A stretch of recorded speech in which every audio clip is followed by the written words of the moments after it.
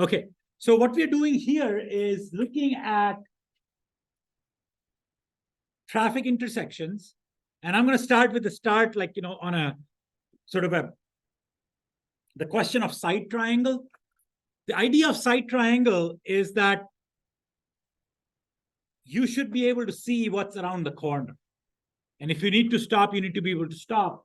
And this diagram that I'm showing you here, it is related to an uncontrolled intersection where the rules of the road are sort of the governing mechanism. And some of these things, would apply to a lot of different, intersections, but especially if it's an uncontrolled intersection.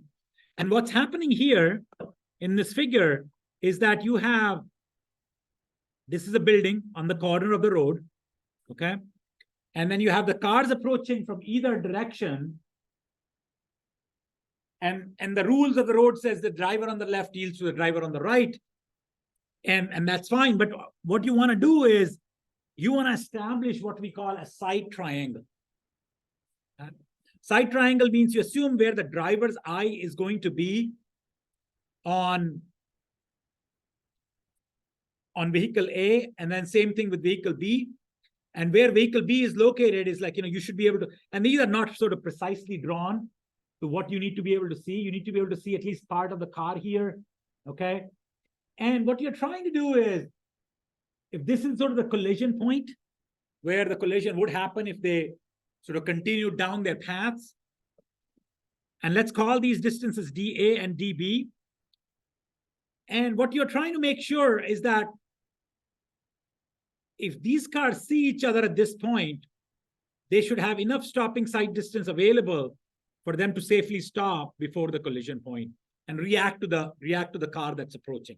And this is, again, this is useful when you have uncontrolled intersections. There are a few that happen to be there, and there the side distance have to be. So if you cannot provide side distance, then you need to basically decide who's going to have the right of way, put a stop sign, all of that. Okay? But you can leave some intersections uncontrolled if you know that is going to be parked here, you have no parking, or you have no building corners or anything like that. But look at this. This is sort of, I'm drawing the limiting case here. And the idea of this limiting case is that if this vehicle was any further behind, right? If this vehicle was any further behind, for example, let's say if this vehicle was over here somewhere, right? So instead of it being here, if this vehicle was somewhere here, okay, they would only be able to see this vehicle B. So let's say if this I was over here, and I want to draw it. I want to draw it approximately here, a line. They would only be able to see vehicle B when they arrive here. Do you see that? Because they have to see they have to see past the obstruction, and the obstruction being fixed. If they were further behind, they would only see vehicle B when it has approached and close by, a little bit closer to the intersection, right? And that would mean that vehicle B will not be able to stop if they needed to stop, right? So they will not be able to react properly. And same thing, no. So what I'm drawing is a limiting case of dA and dB. And you could actually, there is a process that you could use. There's a process that you could use to check for the side distance as uncontrolled intersection. There's a process that you could use, and this is what the process looks like. The process looks like this, where you have vehicle A is located. So you assume that vehicle A is located one stopping side distance away from collision point. So that means if you identify the collision point to be here, you're at least one stopping side distance away. Okay? Right? So then once you do that, once you make that assumption, you figure out what that stopping side distance look like. Okay? So vehicle A, so when you sort of start on that, so you kind of pick the one that's on the minor street, and that's sort of, and then, and I know you don't have the equation 16.1, but never mind that. And then what you do is you figure out in this exactly limiting case that I'm showing you here, when this vehicle B becomes visible to vehicle A, right at the edge of the obstruction, when the line of sight is right at the edge of the obstruction, where would the vehicle B would be? Okay. Determine the vehicle B when the drivers must see each other. This becomes the actual position of vehicle B when the visibility is established. So this is DB actual. Okay. Now, the collision avoidance rule is this. Both vehicles have to have one stopping sight distance available. Both of them, A and B, both need to have at least one stopping sight distance available from the collision point. And we know where the collision point is. That basically will form a right angle triangle here. Okay, so you could figure out where the collision point would be if you form that right angle triangle.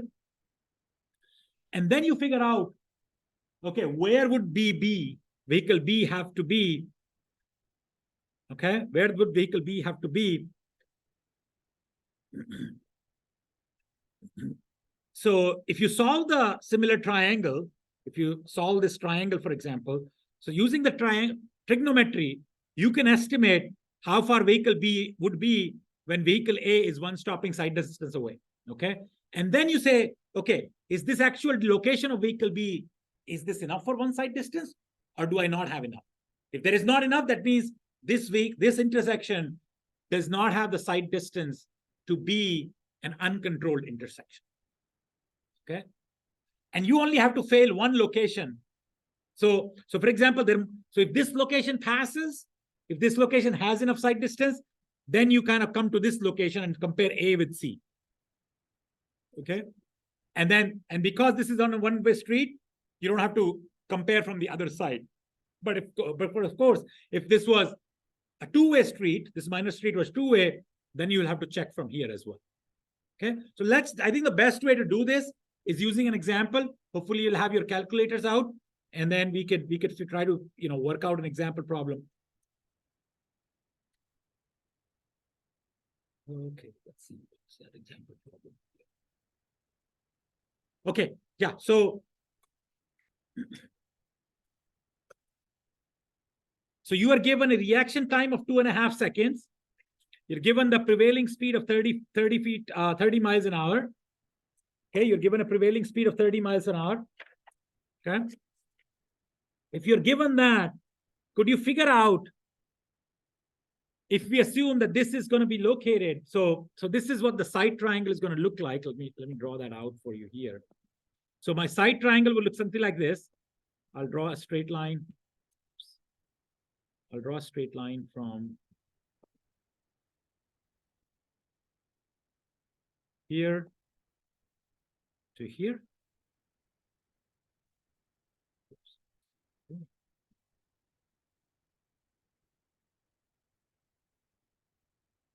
Right?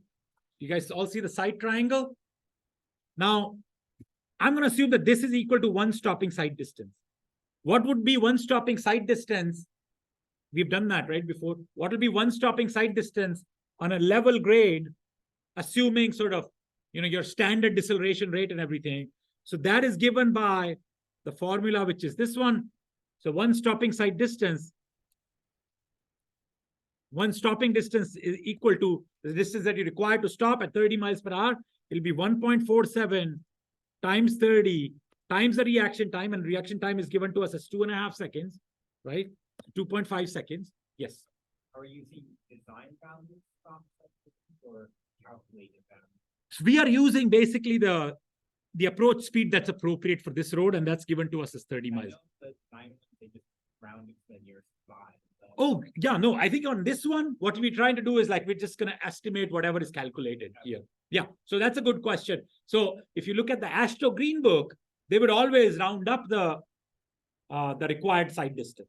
For any location, if it comes out to be some number like, let's say 193, they'll round it up to 195. 192, they'll still round up to 195. Okay, so they always round it up to the next 5 feet. Okay, so in here, if you want to get the sight distance in feet, it's going to be, that's your reaction distance. And then the stopping distance is the same that we used before, but it's a little bit different formula now, which will be 30 squared, right? Divided by 30 squared divided by 30 times 0.348, which is, remember, which is our standard friction factor. And then all these things, they account for 30 squared divided by 30 times 0.348. Does everybody recognize this formula, or you have questions? You recognize this formula, what we did here? The reaction distance plus 30 square, the V square, and minus V SF square. There's no final speed, because what we're saying is you're stopping. We're asking you to estimate the stopping distance. So final speed is 0. So that's why there is nothing subtracted in the numerator here.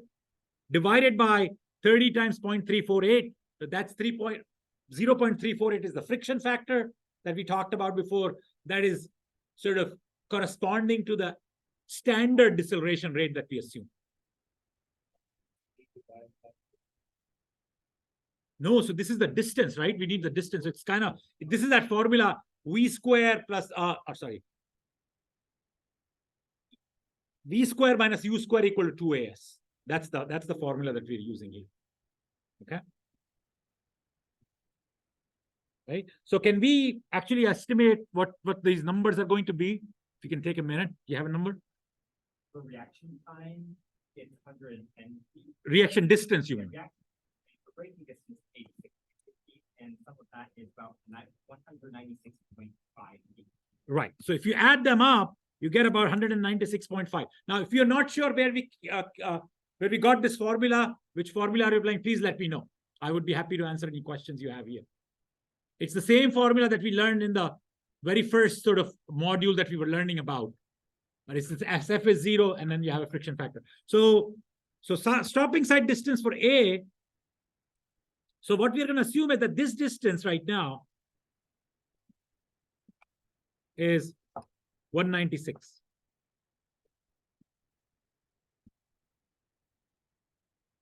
So I'm going to assume that this vertical distance, this distance right here is 196. Okay. Now, if I want to find out what is this distance in that, according to, do we have enough information here to estimate what this distance is going to be? So I'm trying to find this distance right here. Do we have enough information to estimate this distance right here?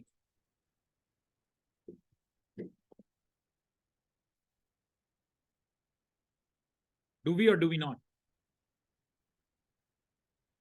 Yes. We should have enough estimate, because we all know that is the collision point between the time it takes or the distance it takes for the vehicle to stop. That will be the same for the other vehicle.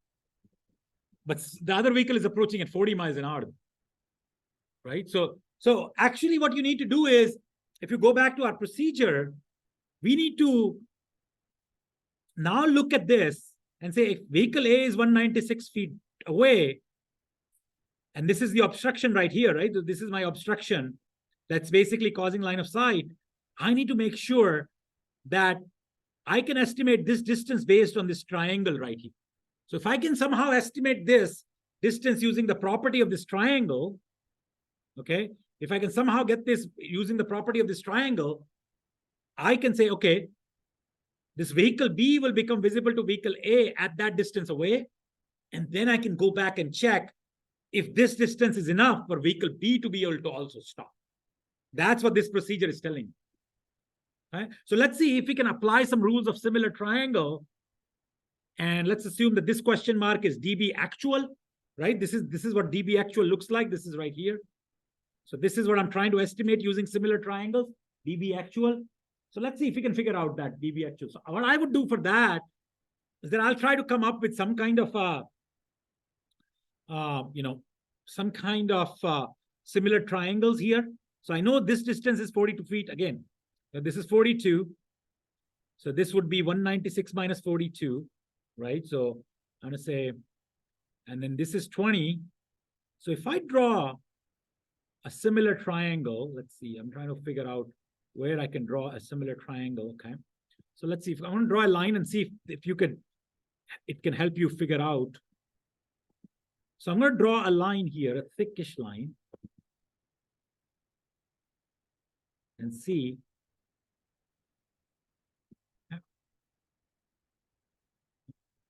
I didn't draw a line. Okay, let's draw a line.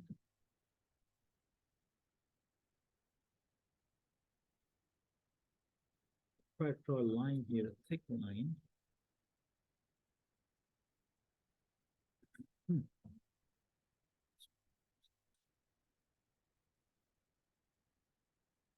Okay, so if I draw this line, this can actually help me estimate, because this triangle, I'm highlighting right now, is a similar triangle to the bigger triangle. Right? So that means the ratio of the sides would be equal. So for example, the ratio of this question mark that I'm looking for, the DB actual that I'm saying, and then this number would be equal to, the ratio of these two sides will be equal to the ratio of this side to this little side right here. Okay, so if I write it down in terms of a formula, I'll say my DB actual, DB ACT that I'm trying to estimate, if I divide that, by this distance, my DB actual is this one, and if I divide that by this number, do we know what this number is actually here? What is the length of this side? 20 feet, right? Because this is given to me, it's 20 feet. So DB actual divided by 20 should be equal to what? The full DA, the full distance right here, 196, divided by what? Divide by 196 minus 42. Okay, so I'm going to write down an expression, see if that makes sense to you, okay? So I'm going to say it's equal to 196 divided by 196 minus 42. Okay, so this is the using of the property of the triangle on the bigger triangle that I had, and then this smaller triangle that I do have also. Does that make sense? DB actual divided by 20, the ratio of the base, you can think of these two, if you think of these as bases of the triangle, the ratio of the base would be equal to the ratio of this arm right here, okay? And that will be 196 is the whole thing, corresponding to DB actual, divided by 196 minus 42, because you can think of it this way, right? This is the angle that's going to be the same. So the angle here, because the angle here is the same as angle here, right? Because of the properties of the triangle, these two are the same angle, so their cosine have to be equal. So basically what I'm doing is I'm just taking the ratio of this over this, and then this over this. Now, can you use this to figure out my DB actual? Right? That's a pretty straightforward number. What does that look like? Can we solve for it?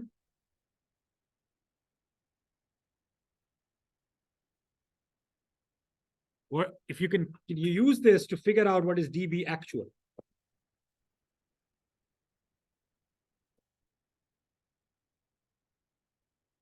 Everybody has the number? About 25 feet, thank you. And yeah, so it's about 25 feet. And maybe a little bit higher, 25 point something. But, what does that tell you? What does that tell you about this location? Anybody else? 25 feet. Any thoughts? Yes, go ahead. Are going to hit other cars? Right. So 25 means that this building is so close, this building obstruction right here, it's so close that vehicle B doesn't become visible to vehicle A until it's only 25 feet away from the collision point. Obviously, this diagram is not to scale, but you can assume, you should be able to always think about what it all means, right? What does this 25 feet mean? 25 feet means that this vehicle B has to be very close to the collision point before it becomes visible to vehicle A. That means, this building is actually way further up, and it's a very, actually pretty bad situation. I don't even have to check for that. 25 feet is very small distance. There's no way a vehicle approaching at 45 miles an hour, because that obviously requires way more distance to stop, right? That makes sense? So if that is the case, you can actually compute dB minimum that you require, right? You could compute dB minimum. You can compute dB min using the same exact approach. Okay, why don't you do that? Like you guys know how to do that, right? How to apply this formula that I showed you above. But now dB minimum is the stopping side distance away from the collision point. Can you estimate dB minimum? Which formula would you use? One that we used above to get the stopping distance, right? For point A. Okay, so let's go ahead and figure it out. The only difference is that the speed is now what? For vehicle B, approach speed from the other side, 40 miles an hour, right? And then, is there anything else that's changing? I think that's it. Nothing else is changing, right? So let's go ahead and figure out what is the dB minimum here.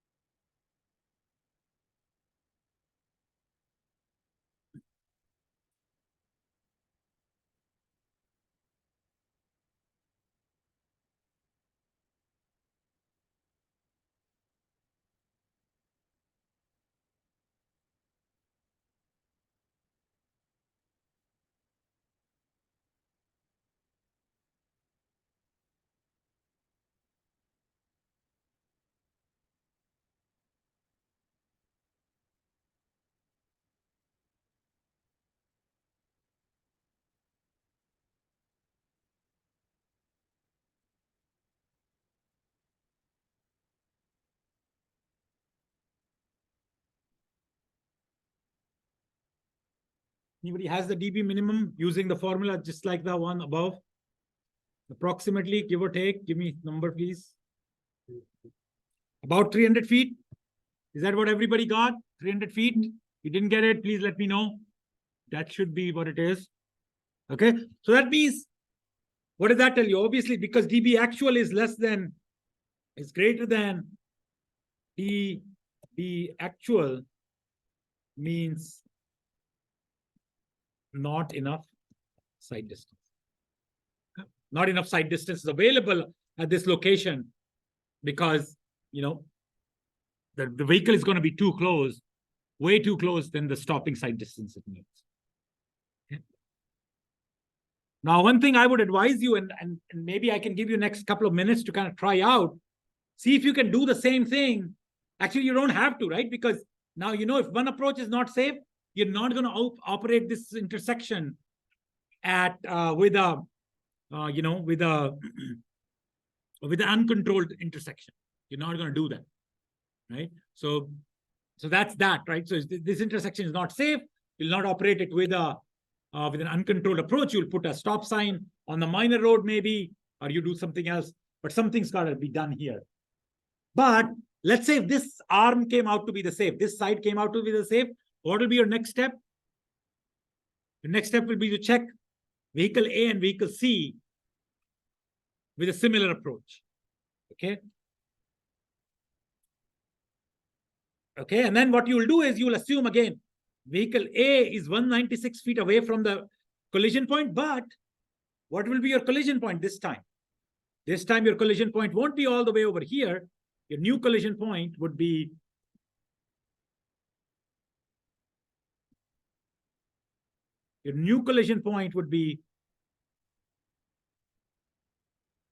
right here. Okay, so you're going to assume that vehicle A is 196 feet away from this point. Okay, because one stopping side distance ahead, and then you'll figure out whether vehicle C is far enough away to be able to stop. Again, same properties of similar triangle. This time the similar triangle will look something like this, right? And you're finding out this is what you're going to be looking for at that point.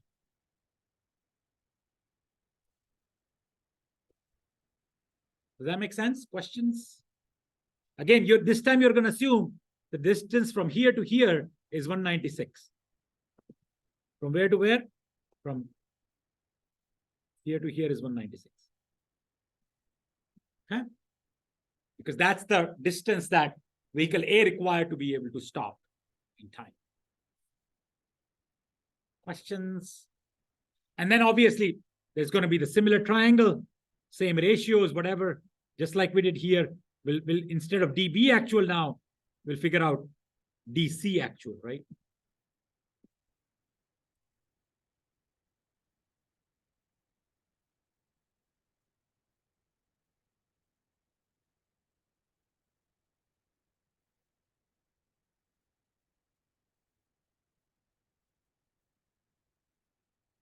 And then once you do that, it's sort of, then you will, but again, you don't have to do this in this problem because we already established one of the arms is not safe. So that's that. And this kind of gives you an important sort of lesson in traffic engineering. And this is the concept of sort of daylighting the intersection. And that's what sort of means like, you should be able to kind of see without the form of parking, eliminate. So a lot of times, if there's parking here, that will create some obstructions of the view, right? So if there is a car park and then a bike lane, that could be a problematic thing for bicycle lane. So this is sort of the sight triangle you have to use like, okay, where the line of sight is going to be if there is a car parked there at a parking spot or something. Yes. The typical application, since we don't really see many reflow intersections like this, how do we like set up like say car A will be stopped? How would we know? Right. So basically, in that scenario, what you will do is you will say, okay. So you don't actually worry about necessarily stopping at that point, but you have to think about, okay, if you are, so you'll probably have, in those scenarios, you'll probably have a stop sign, right? Or a stop line. So you'll locate your vehicle at the stop line and then see how far they can see. And then if they say somebody, can they, as they're, so they should. So what you will do is like, you'll establish a stop line over here, right? So in this scenario, you will have vehicles arriving right at the edge of the intersection, at the stop line of the intersection on the minor approach.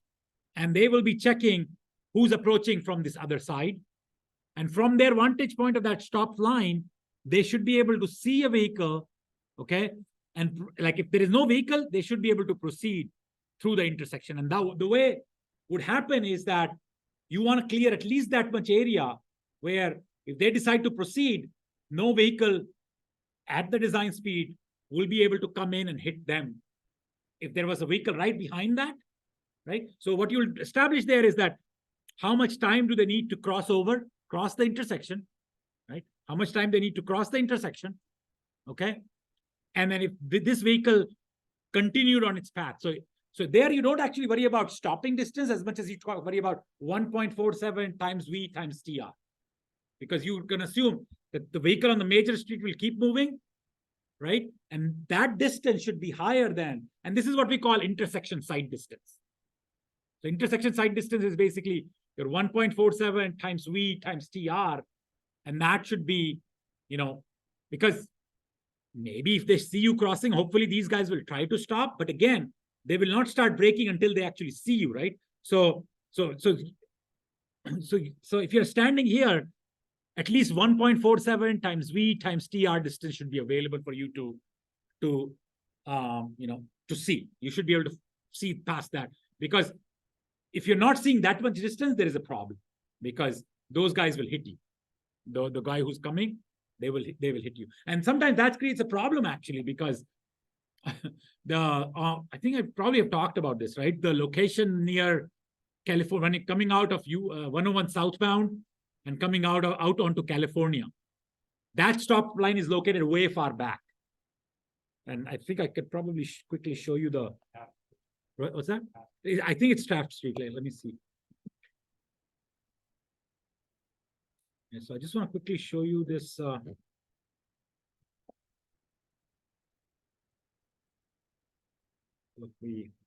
going to just clear out this point. We don't worry about this. So if you look at this Taft Street, right? This is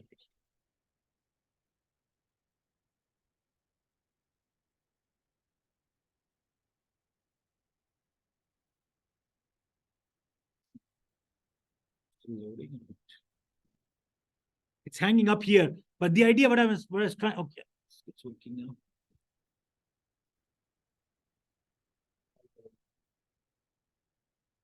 It's pretty responsive, unresponsive. So, okay, yeah. So what I'm talking about is like, if you're coming out of here, and if I do the layers of terrain, yeah. Look at where this stop line is, right? There is no way you could see from here to here if the vehicle is approaching. So you almost always have to come a little bit forward, right? In fact, I actually got a ticket here at this location a few years back. And, the cop actually did not show up at the court. So I won by default. I actually was very well prepared to go in with my figures and with my photos and videos. I even recorded a video, and maybe I'll share that with you guys. I actually went here. I stopped here. I just observed the cars here, like, that what you can see. And pretty much everybody had to come here to be able to see, who's coming around this location right here. And so that was a big problem, right? So everybody had to do that. Even there was a cop car that came by and had to, and I'm not making this up, this actually happened. The cop car also had to come forward. They basically made a rolling stop at the stop line. And that was, I was ready to kind of contest it, but I won by default, yes.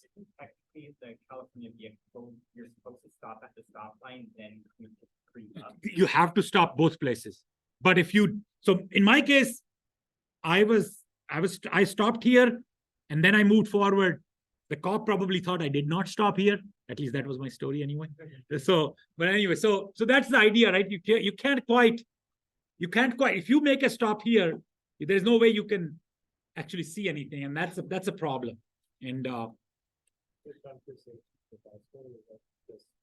yeah, it's just, it's like there is a crosswalk, like, you technically are supposed to have a crosswalk. Yeah, and it's a bad location right now because if you're coming in, and it's a pretty high grade you're coming off of as well, right? If you're coming in a bike there, it's a little bit of a downgrade as well. So you're kind of traveling fast. And, yeah. So I think it flattens out over here a little bit. I think what they have planned for this location is a roundabout. So there is a roundabout coming here pretty soon. So I think that should address some of the problems here. So that intersection side distance is what you're after on most locations. You should be able to see 1.47 VTR from that vantage point. Let's see, where was I? Okay, yeah, right here. Okay, so now let's talk a little bit about like a related question.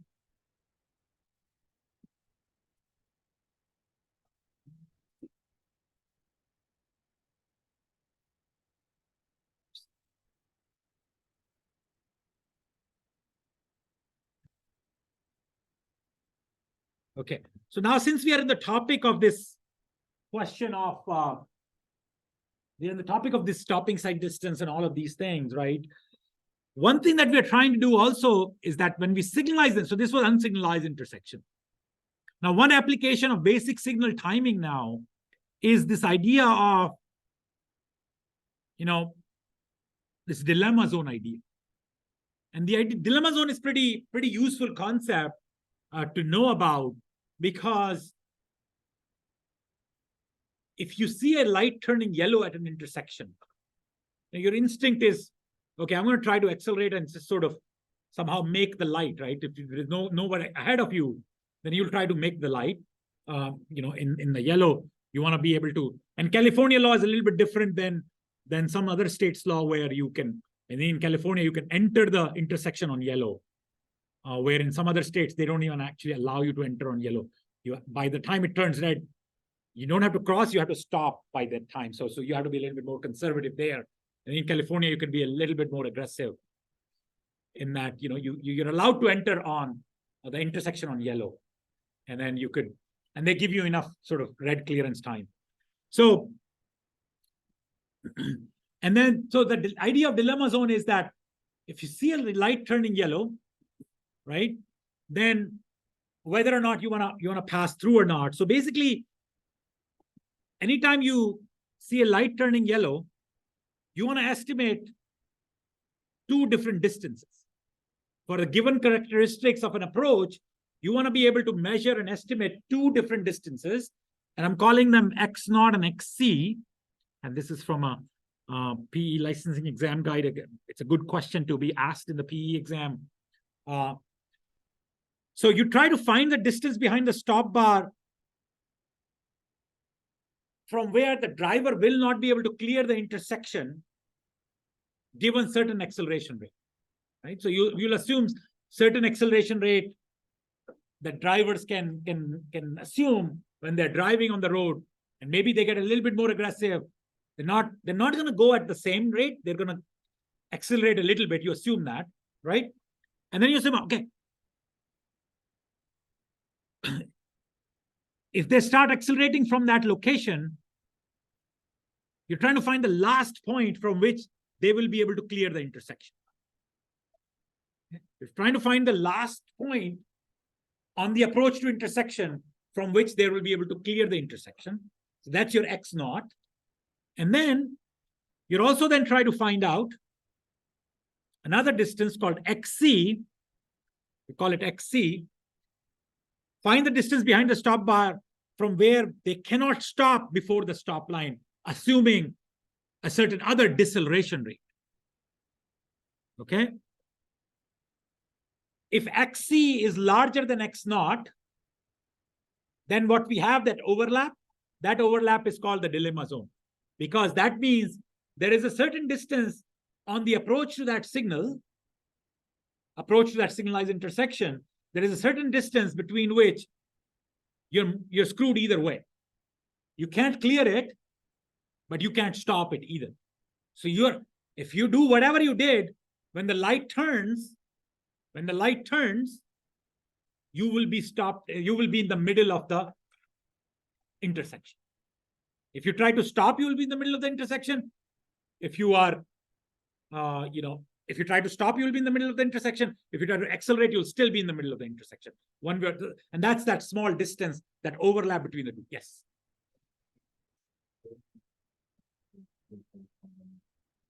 Yeah, you have to assume that. Yeah, you have to, by the time either light turns red, and then that's another sort of question of interpretation depending upon the law. So if you're a California type state where you allow the cars to enter the intersection at yellow, then your interval is basically yellow and all red interval together. Okay, yes. This relates terms like traffic signals that are semi-actuated or fully actuated using detection loops to make sure that they'll start the yellow phase when there's no vehicles in the dilemma zone. Yeah. So this basically requires you to have like sort of larger yellow intervals, but you can actually, and that means like, you're losing some time and all that. So sometimes they would sort of, if you can create some technology, or if you have some technology that can detect that dilemma zone, you can use that to not have, so only do it when there is nobody in the dilemma zone. So that way you don't have to adjust your full timing. If you have the technological capabilities where, you can turn the light yellow only when there is nobody on the dilemma zone, then that can help you avoid, like you can time your signal a little bit better and don't have to retime it that way.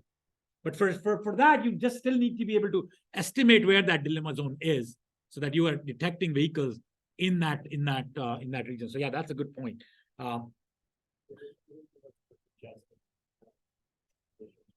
So it doesn't work for, I don't want to say it doesn't work for congested conditions, because yeah, if it's congested, then it's not applicable directly, because obviously everybody will be following everybody else. So you would not be at that speed. Yeah, exactly. So dilemma zone won't be a huge concern at that point, because again, you'll not be anywhere close to the approach speed. So the way you have to be where you can actually safely stop, well, that distance will be pretty small at that point, right? So that's why. So this is only applicable. They are not only. This is applicable at all signal approaches and signalized intersections, but it only becomes relevant when you consider what happens when you have low to moderate flow conditions. Okay, and then but the flip side is that that's when the chances of collisions are also the highest, right? I mean, are not just chances of collisions, but the severity of potential collisions is also the highest. Where you could have at higher speed, you could have more severe collisions. What's that? Moderate flow, lower flow, you know, whenever you're able to go to that design speed level, then that's the problem. So how are we estimating X naught and XC? That's a pretty straightforward formula. X naught is based on, again, the same thing, 1.47 times V times Y, and then minus W. You subtract that because the distance that you need to travel is actually X naught plus W. So it's X naught is, let me draw that out for you here. So let's say you have an intersection approach here. And then this is my stop line.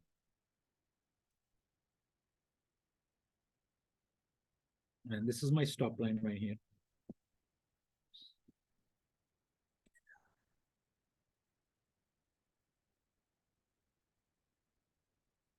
Okay, so this is my stop line. Okay, this is my stop line right here. And then I have certain width to clear after the intersection too, right? Because I need to, my intersection will, I drew it at the wrong place, but let's see. Okay. So after this intersection, let me freehand draw it.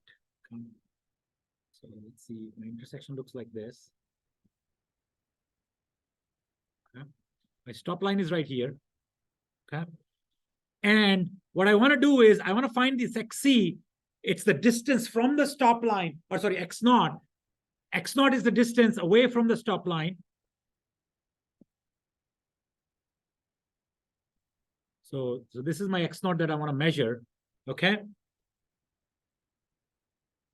If I'm behind this point, there is no way I'm able to traverse this X naught distance plus this W distance. So my W distance is basically going on the other side of the intersection. So this is my W. And W is the width of the intersection plus the car length. Okay. So basically what I'm saying, and then this is my X naught. So this is the X naught plus W, right? So this is what I'm trying to measure, X naught plus W. So X naught plus W. So I take the W on the other side, and that's why it's a negative, because I want to estimate that X naught, because I want to measure everything from my stop line. And then this is just a simple measure of distance you will travel while accelerating, right? So obviously you'll have some time some reaction time at which you will be traveling, you know, your regular speed, and then 1.47 plus V times Y, okay, plus half times A1. Your A1, what is A1? A1 is my acceleration rate. Okay, so A1, so I should probably type this. My A1 is acceleration rate that I'm able to generate. Okay. Capital Y is the yellow time, and it could be yellow and all red time as well, right? So depending upon, so capital Y, when I'm writing it capital Y, usually it means yellow and all red time together. Okay. Yellow and all red time minus some kind of a reaction time, right? Because you will only be accelerating for that time. Okay. So half times acceleration rate times Y minus T passing is the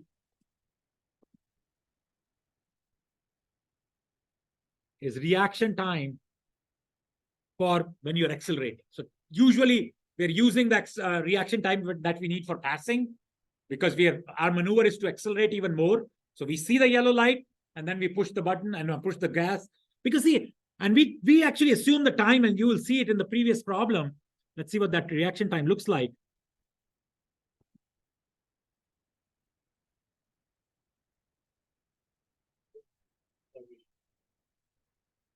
What's that?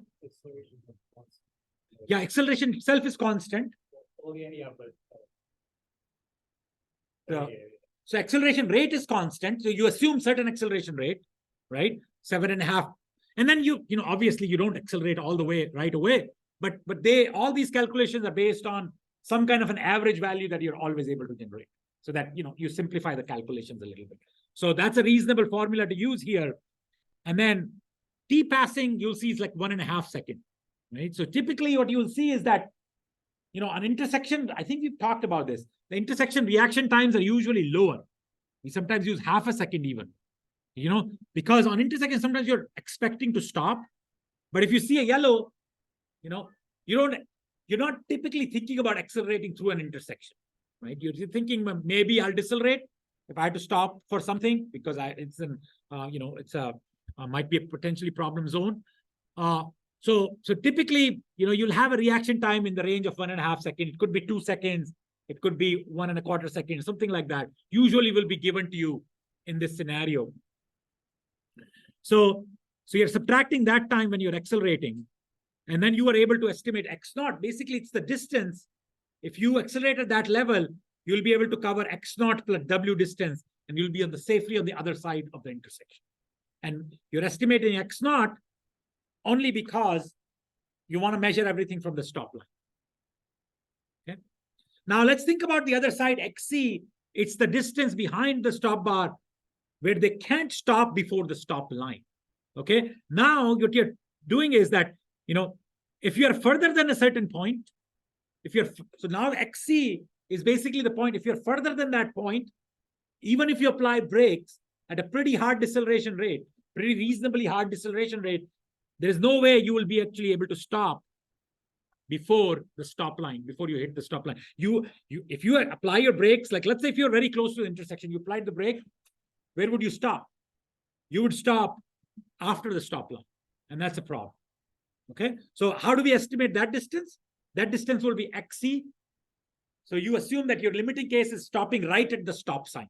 So if you apply this acceleration rate and this formula, you get the distance at which you'll stop right at that stop line. Okay, so that is obtained as a 1.47 v t stop. T stop is the reaction time required for stopping.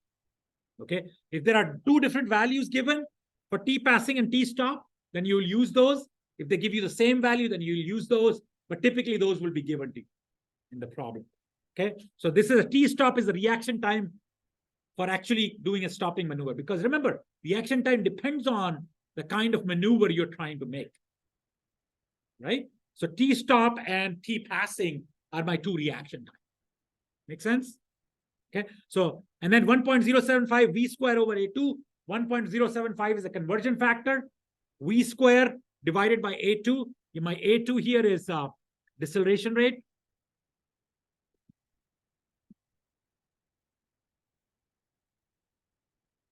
A2 is deceleration rate that you are able to generate, and T stop is the reaction time for stopping. 1.05 is the conversion factor. So here, remember, V is in miles per hour. Okay.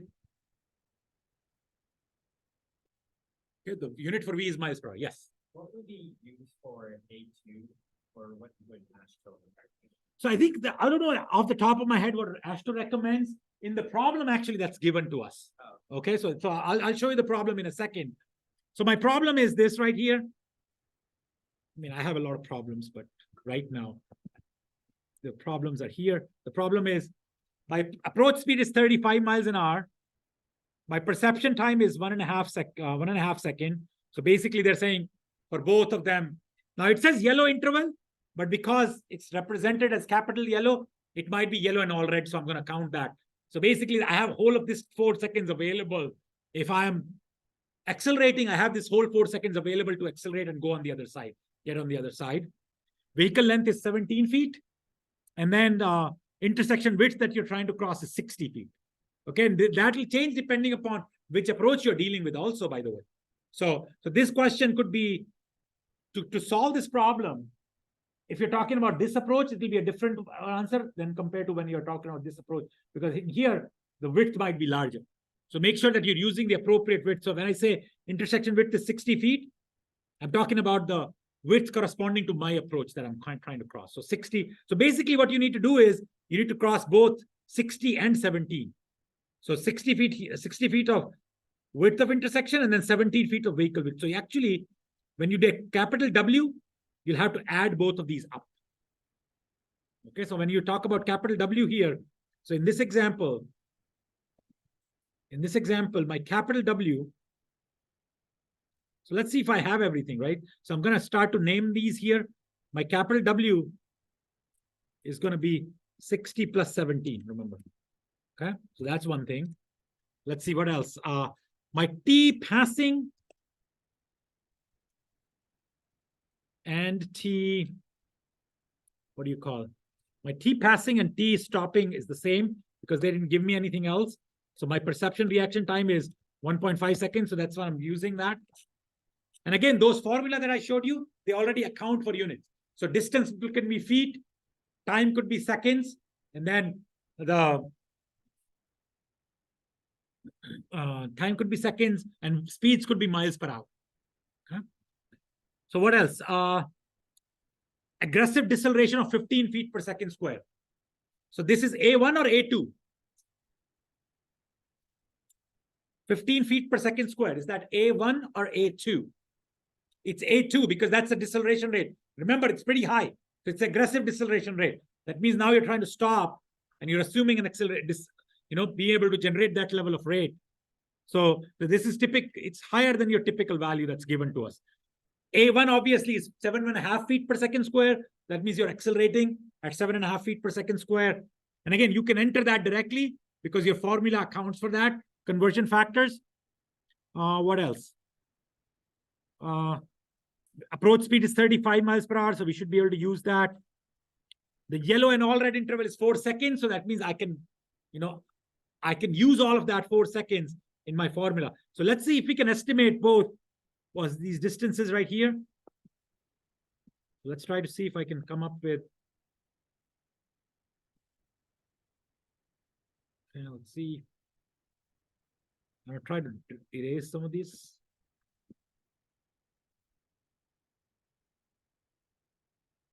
Okay, so let's see if we can take next couple of minutes to estimate X naught, please. Let's try to estimate X naught using the formula. See if you can apply it. Remember, W is going to be 77 now because you have to clear the 60 feet and you have to clear the 17 feet.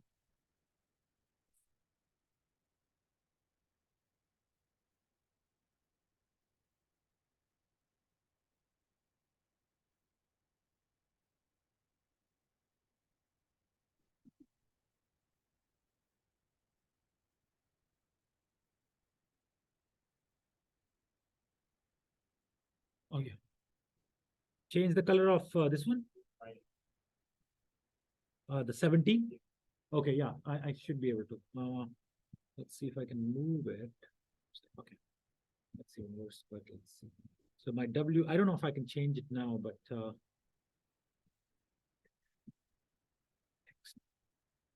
my W is equal to 60 plus 17, so 77 feet. A1 equal to 7.5. A2 equal to 15. What else? And V is 35.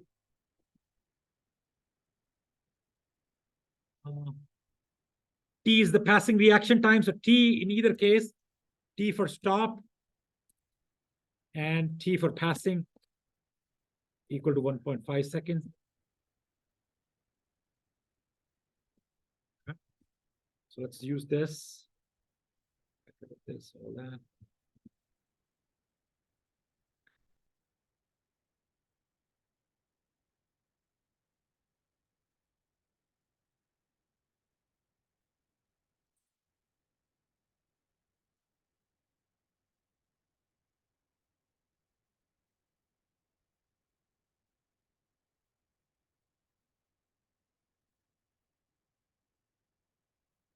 Let's get X naught first, real quick. And we have the value for X naught here.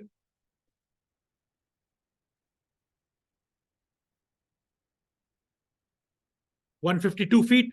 So that means that, so I'm getting about 152 as well. So let's just gonna use like about 152 feet. Y is 4 seconds, right? 4 seconds. It's the yellow interval. Okay, yeah.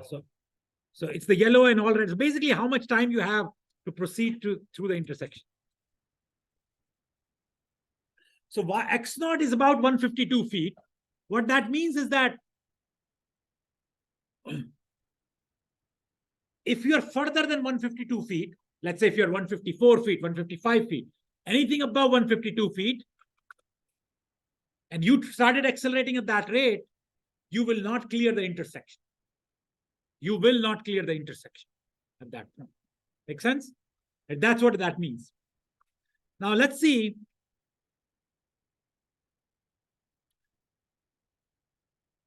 What's the stopping distance? What can you get the XC? Does anybody have the value for XC?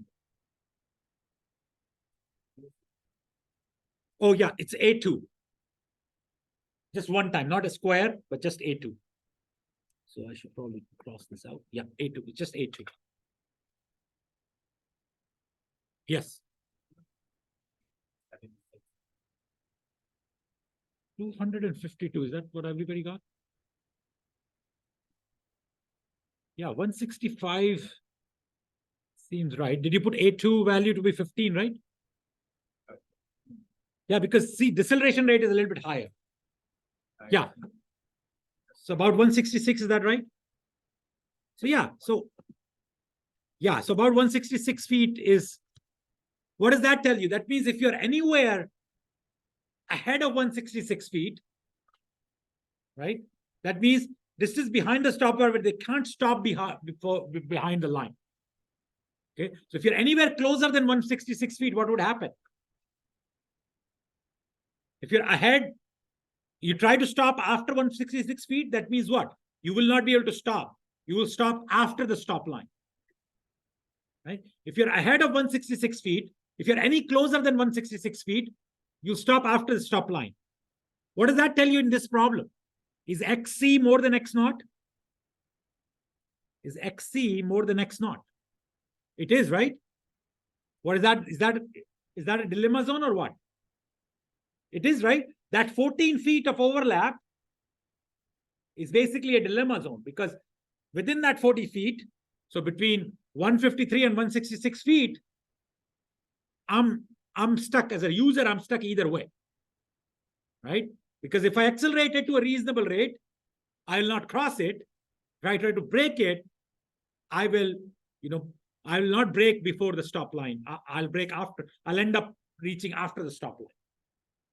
So that is a dilemma zone problem. That means at this approach, there is a dilemma zone that exists. Yes, please.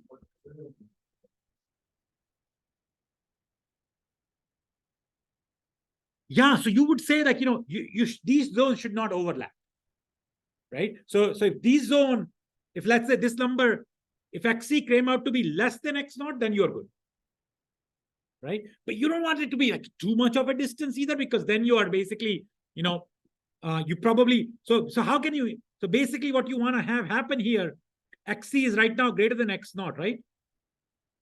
So how you can, what can you do as a signal timing question? What can you do here? What can you do, Max, to improve the situation right here? You want to basically increase this value of X naught, right? Because you want XC to be less than X naught. So you want to bump this up.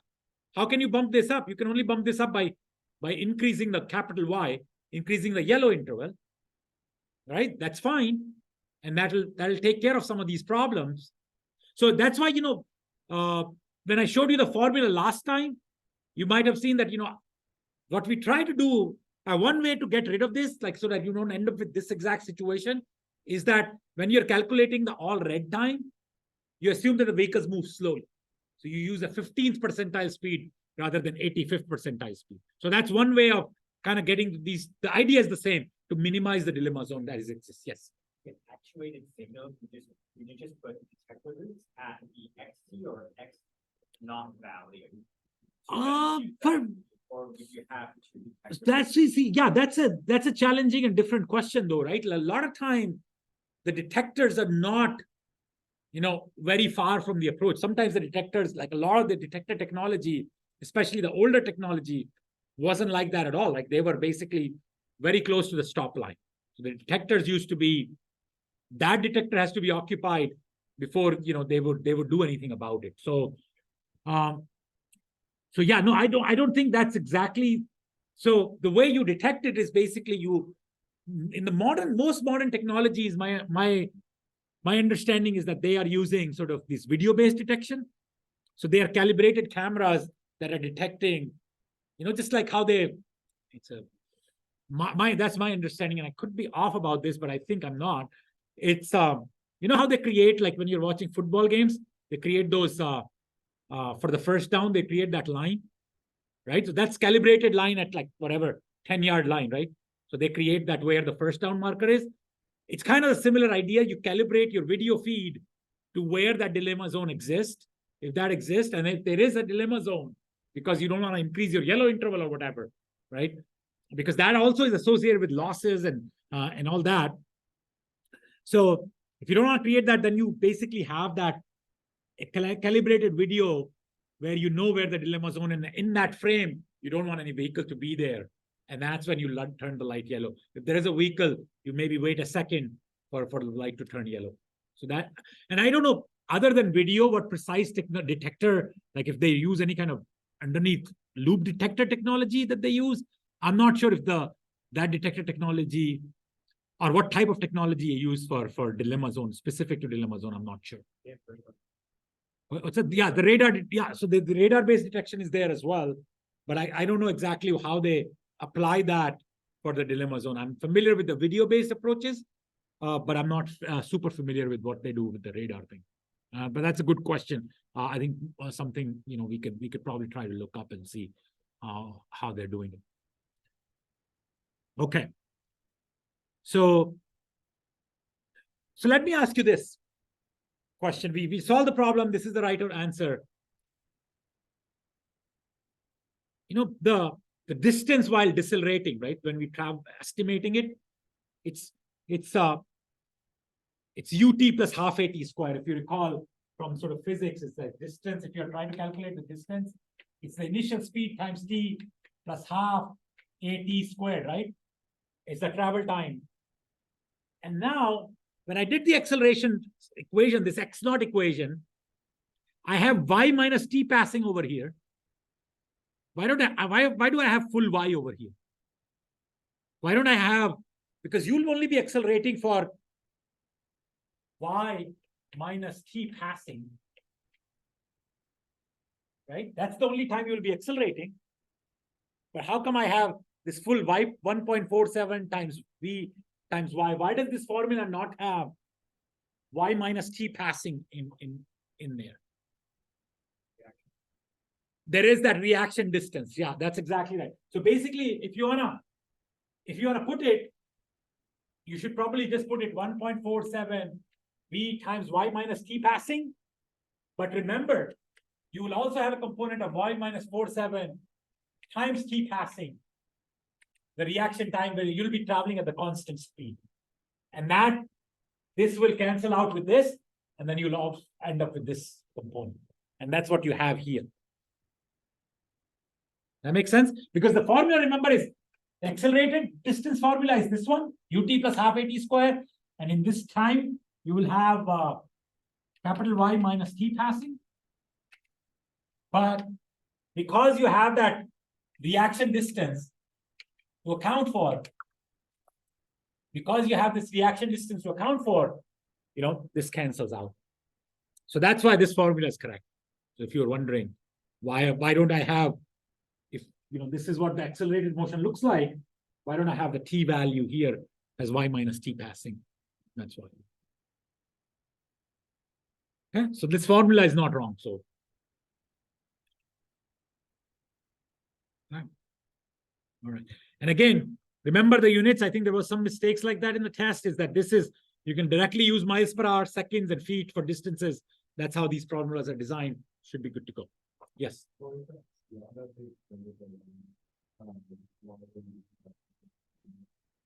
Why would we what now?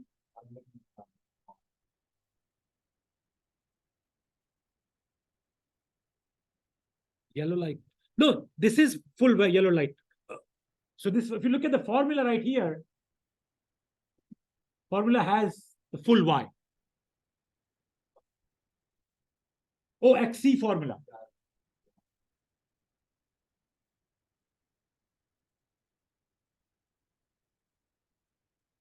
See, for XC formula, what you're assuming is how much distance you need to stop. And the formula you're using there is this one. It's not this formula because you don't have a time you don't have a deceleration time component there at all. You don't have a deceleration time component. Here, it's a time that you're accelerating. Here, the time that you were accelerating was part of it. The equation of motion that you're using to derive the second formula, it's this one. V square equal to U square plus 2AS.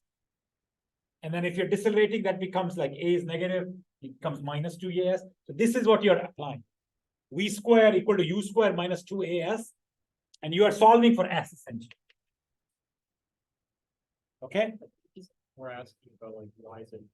It's more like when you actually hit the brake. It's like when the yellow turns yellow. That's what you're assuming.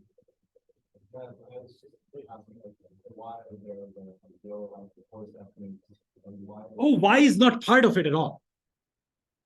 Right. So Y is not part of it because all you're figuring out is that if you decide to accelerate at this rate, regardless of the cause, this has nothing to do with like, yellow or anything like that. This is just estimating how much distance do you need to stop, how much distance you need to stop, period. Nothing to do with, because see, in here, you have a certain amount of time available to accelerate, right? When you're accelerating, how long can you count on that acceleration? You count on that acceleration, your maximum time you have available to accelerate is only y minus t passes. Here, time's got nothing to do with it. You're just figuring out how much distance you need if you can stop at that rate. If you can decelerate at that rate, how much distance you need to stop. And that's why you're using v square equal to u square plus 2as formula. Again, it's an equation of the accelerated motion where time is not a factor. You do have this reaction time, but remember, that's just to kind of estimate the distance at which you're still traveling at the same speed. So what's happening here is that the yellow time itself is not, it's immaterial. It's basically, you have a certain reaction time, right? It doesn't matter how much time you have to stop because that's not the equation that you're applying. You're just applying, okay, for a certain time, you will be traveling at that same speed that you had originally. Then you will apply the brake and then you'll need this much distance more to be able to stop. So just computing. So this has nothing to do with like, yellow interval or anything. All it has to do with if you're traveling at that approach speed of 30 miles an hour, how much distance would you need to stop? And is that distance, okay, and then you're comparing it to X naught. If XC is more than X naught, that means you have to deliver. I'm not sure if I answered it, but the idea is that this has nothing to do with how much time you have to accelerate. This has more to do with, are you able to stop before the stop line comes? So that means you have to be at least 166 feet away or further, or closer, right? So if you're at 150, you'll be fine.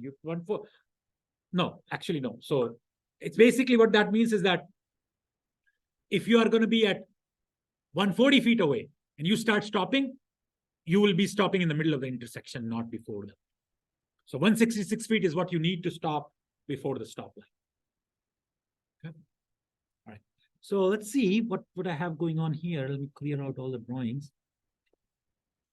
I'll talk about one more problem here, and then I'll talk about the cycle length problem. Yeah, so I want to talk about this last one. Saturation headway. Okay, so saturation headway problem. I don't have a lot of time, but I think we could probably wrap this one up. So this saturation headway problem it's pretty important in determining the intersection capacity. Okay? So it's about like, when vehicle line up, okay, when vehicle line up every time, they have to react to the, like, let's say if the light is red and you have vehicles coming in and stopping at a signal. And here we have, right, at least 5 vehicles stopped. anytime we have at least 5 vehicles stop, we can estimate how much time they take to cross the stop line, right? So if you look at it, like vehicle position in queue is number 1. This is reporting the time. So these are, what this is reporting is the time in seconds. This is reporting.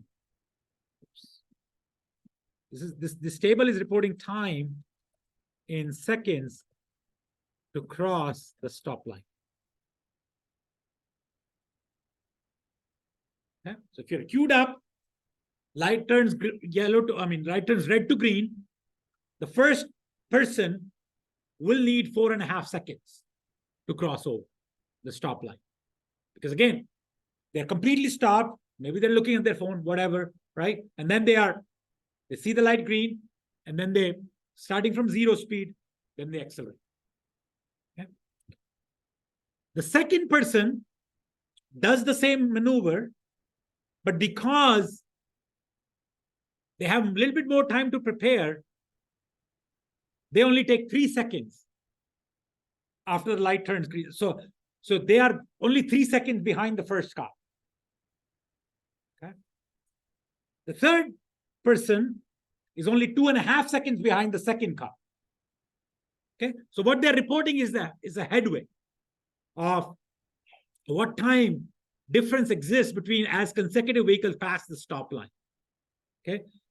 First vehicle takes 4.5 seconds after the light turns green. Second takes 7.5 seconds total, and then 10 seconds, and then 11.9 seconds. So 11.9 seconds after the light turns green, the fourth vehicle crosses the stop line.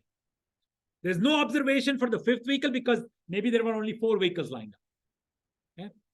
Then that's done. Then you collect the data in the second cycle. Second cycle, you observe the same thing. The first vehicle took 4.5 seconds. Second vehicle took 3 seconds behind them. And then 2.5, 1.9. So this is very good data. Usually, when you're observing the data in the field, this doesn't look as good. Okay. So, but let's just kind of assume that this is the data we got. Okay. But remember, this time is not cumulative. It's basically the time after the previous vehicle passing the stop line. Okay. So what they want you to do is they want you to figure out the saturation headway based on this data. The saturation headway is basically the headway that the vehicles are able to maintain if they never had to stop. If the vehicles kept coming in at an intersection approach, what will be their gap between, what will be the consecutive headways between them if they never had to stop? And typically what happens on an intersection like signalized intersection is after about 4th or 5th vehicle, the headways tend to stabilize, which is what you see here as well. Which is what you see here as well. So when the 4th vehicle crosses the stop line, whatever headway they have, usually that is a good approximation for saturation headway.